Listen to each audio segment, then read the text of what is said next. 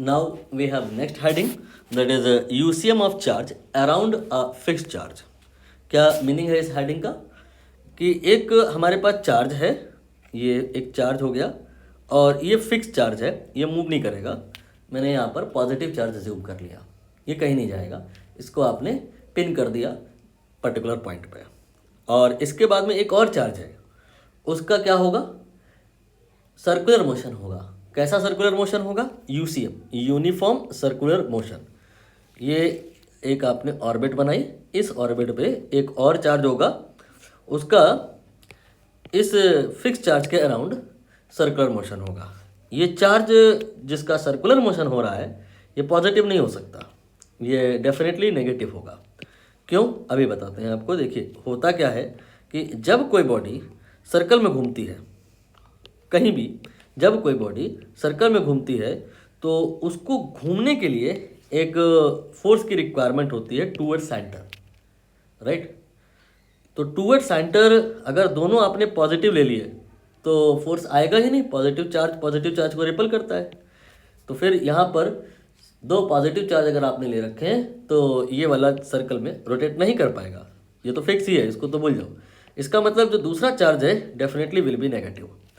Then positive और negative के बीच में एक अट्रैक्शन आएगा, due to that it will be possible कि ये जो नेगेटिव चार्ज है ये सर्कुलर ऑर्बिट फॉलो कर पाएगा। अगर ऐसे नहीं समझ में आया तो आप दूसरे प्रकार से सोच सकते हो कि जब कोई बॉडी जिसका मास m हो, उसकी स्पीड अगर v हो और r रेडियस के सर्कल में वो अगर घूम रही हो तो घूमते टाइम उस पर रेडियली आउटवर्ड, सेंटर से बाहर की तरफ एक फोर्स लगता है जिसको आप सेंट्रीफ्यूगल फोर्स के नाम से जानते हो। वो सेंट्रीफ्यूगल फोर्स इस बॉडी को दूर ले जाना चाहता है, ऑर्बिट से बाहर को ले जाना चाह रहा है, रेडियली आउटवर्ड लग रहा है।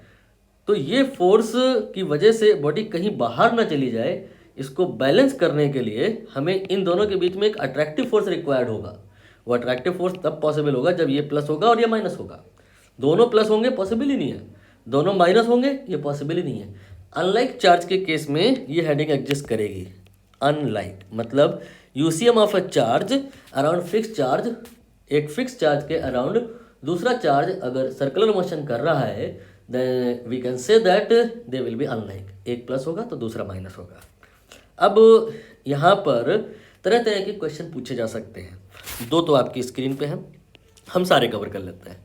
क्या क्या पूछा जा सकता है कि जैसे कि ये जो घूम रहा है इसका स्पीड कितना होगा, इसको घूमने में टाइम कितना लगेगा, मैनी अदर्स।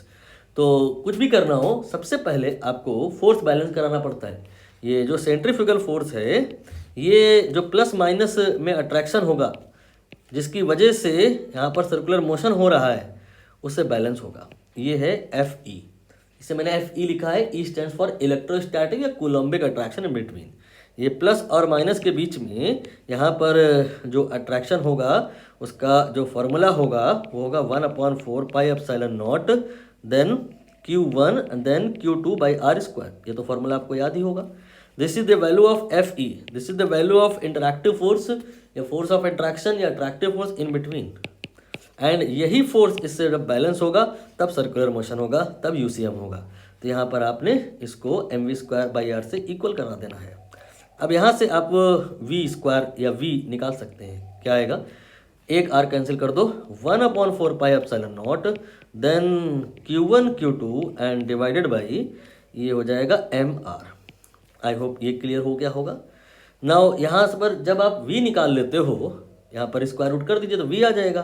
तो t निकालने के लिए क्या कर सकते हो कि एक चक्कर में देख लो कितना डिस्टेंस कवर हुआ और फिर देख लो किस स्पीड से हुआ, डिस्टेंस डिवाइड बाई स्पीड कर दोगे तो टाइम आ जाएगा। डिस्टेंस एक चक्कर में कितना लगता है 2πr और स्पीड है v जिसको आपने अभी ऊपर निकाल लिया है, इसे यहाँ पुट करना है। मैं थीम बता रहा हूँ, एग्जैक्ट पूरा सॉल्व इसलिए नहीं कर रहा हूँ कि जिस क्वेश्चन में जैसी रिक्वायरमेंट होगी वैसा किया जाएगा। क्वेश्चन की तरफ आ जाते हैं। देखिए यहाँ पे a point charge Q0 is moving along a circular path of radius A with point charge -Q। देखिए दोनों नेगेटिव नहीं है, ये नहीं कहा गया तो पॉजिटिव मानेंगे और ये नेगेटिव है, ये सेंटर पे है।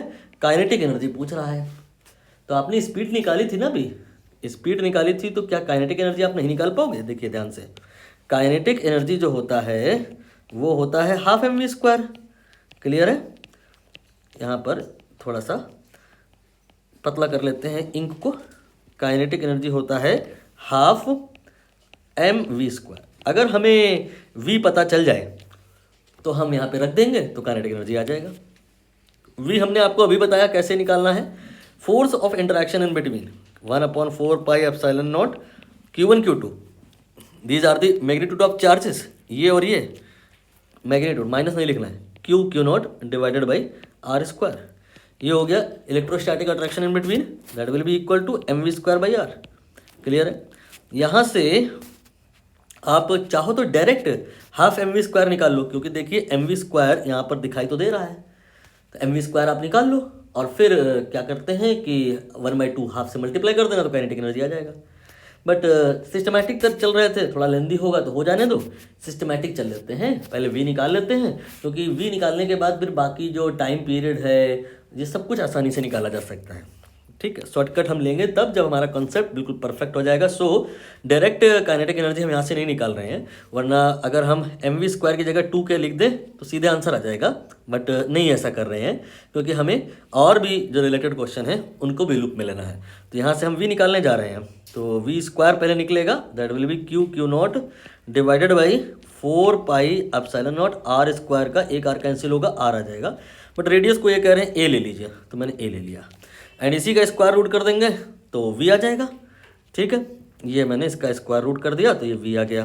क्लियर है। और अब क्या करेंगे, अगर हमें टाइम पीरियड निकालना होगा तो t बराबर 2πr/v मैंने अभी बताया था, वहाँ पे रख देंगे। लेकिन हमें यहाँ क्या निकालना है, काइनेटिक एनर्जी। तो काइनेटिक एनर्जी का एक्सप्रेशन ये है हाफ v की जगह क्या रखेंगे, ये वाला एक्सप्रेशन, और यहाँ पर q नॉट बस करना क्या है 1/2, इसका स्क्वायर होगा तो ये पावर 1/2 इंटू 2 यानी कि 1 आ जाएगा।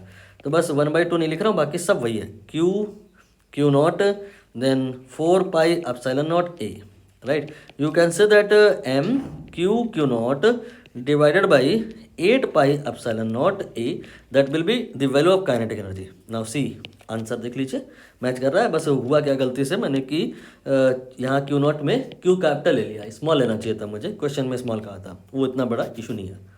क्लियर हो गया। अभी यहाँ पर कहानी खत्म नहीं हुई है, और भी बहुत सारे क्वेश्चन हैं, उनको भी लपेटना है। देखिए ध्यान से, आज की तारीख में यहाँ पे इन्होंने काइनेटिक एनर्जी पूछ लिया, बट कल को अगर पोटेंशियल एनर्जी पूछता तो क्या करते हैं। पोटेंशियल एनर्जी क्या, कोई दो चार्ज अगर हो q1 q2 और r डिस्टेंस पर सेपरेटेड हो, तो उनके बीच में पोटेंशियल एनर्जी का फॉर्मूला आपको नहीं पता, हो सकता है ना पता हो, तो बता देते हैं। देखिए दो चार्ज हैं, एक q1 और एक q2, और r दूरी पे है, तो यहाँ पर पोटेंशियल एनर्जी का फॉर्मूला होता है k q1 q2/r। क्लियर है। तो मैं ये कह रहा था कि पोटेंशियल एनर्जी का ये फॉर्मूला आपको पता ही होगा, बिटवीन टू चार्ज ये r² नहीं होता है, 1/4 pi epsilon not q1 q2/r² नहीं होता है, ये तो फोर्स का फॉर्मूला होता है, यहाँ पर ओनली r होता है। Clear. Potential energy between two charges, क्या यहाँ पे दो चार्जेस नहीं दिखाई दे रहे हैं आपको, देखिए एक ये है और एक ये है। ये आपका जो एक चार्ज, जैसे इसी क्वेश्चन में बात करें तो -q है, और यहाँ पे ये वाला क्वेश्चन नहीं था, सॉरी, ये q नॉट था और ये q था। दो चार्ज हैं, r दूरी पर अगर हैं, रेडियस a है, तो पोटेंशियल एनर्जी कितनी हो जाएगी। यहाँ पर ध्यान रखना एक और बात, पोटेंशियल एनर्जी निकालते समय, फोर्स निकालने की बात नहीं कर रहा हूँ मैं, फोर्स निकालते समय तो q1 q2 जो होता है वो चार्जेस के मैग्नीट्यूड होते हैं। पोटेंशियल एनर्जी निकालते समय चार्जेस को विद साइन रखना पड़ता है, तो यहाँ पर आप q1 q2 को विद साइन रखेंगे, तो q1 की जगह ले लो q नॉट और q2 की जगह -q, तो माइनस मैंने यहाँ लिख लिया और डिवाइड बाई ए। अब आप एक बार ध्यान से चेक करो, क्या पोटेंशियल एनर्जी और काइनेटिक एनर्जी बिल्कुल सेम टू सेम है या थोड़ी बहुत सिमिलरिटी है। मैं हाईलाइट कर दूँ एक बार, देखिए ये आपका पोटेंशियल एनर्जी है और ये काइनेटिक एनर्जी, क्या दोनों बिल्कुल सेम टू सेम है। थोड़ा बहुत सिमिलरिटी तो है, जैसे कि यहाँ पे q नॉट है, यहाँ पर बस अंतर यह है कि 4 है, यहाँ 8 है, बाकी तो सेम है। एक और अंतर है, देखो यहाँ माइनस भी है। आप जब इन चीज़ों को ऑब्जर्व करेंगे तो एक बड़ी इंपॉर्टेंट बात निकल करके आएगी सामने कि काइनेटिक एनर्जी पोटेंशियल एनर्जी में हम कंपैरिजन कर रहे हैं तो देख रहे हैं कुछ चीज़ें तो सेम टू सेम है, लेकिन थोड़ा अंतर भी है। क्या अंतर है, जैसे कि अगर हम इस वाली फिगर में 2 से मल्टीप्लाई करते हैं 2 से, तो क्या ये इसके बराबर आ जाएगा। हाँ लगभग आ जाएगा, बस एक माइनस का इशू रहेगा।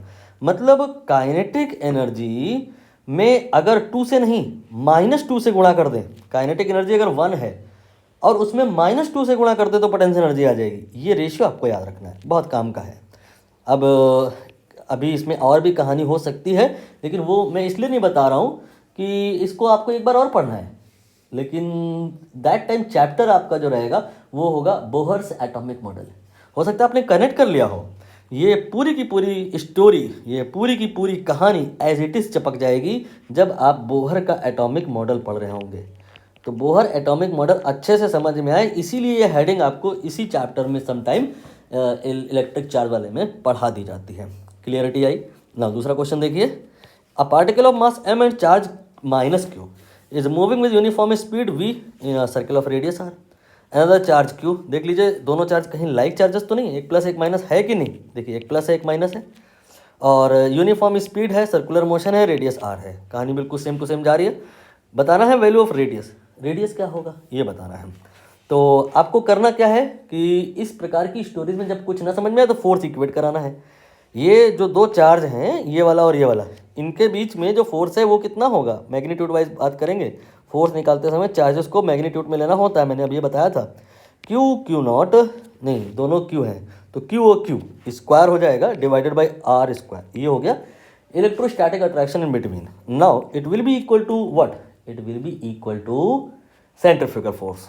भूले ना हो अगर आप, तो देखिए यहाँ पर वही तो कर रहा हूँ मैं बार बार, इसको और इसको इक्वेट कराना है तो मैंने फिर से करा लिया। कुछ रटने की जरूरत नहीं थी, बस थीम क्लियर होनी चाहिए कि you have to equate these two. कौन कौन से, electrostatic attraction and centrifugal. Rest will be at the time of exam. रटने का जरूरत आपको कुछ नहीं था, रटना है तो फिर ये रटो, ये काम का है। Kinetic energy, potential energy and फिर टोटल एनर्जी भी साथ में जोड़ लो, ये हो जाएगा 1 -2 एंड काइनेटिक अगर 1 है, पोटेंशियल -2 है तो टोटल कितनी होगी, 1 और -2 जोड़ लीजिए, टोटल एनर्जी काइनेटिक को पोटेंशियल को जोड़ के आती है, -1 हो गया। ये इंपॉर्टेंट है, वेरी इंपॉर्टेंट लिख लो, बोर्ड में भी और कंपटीशन में भी।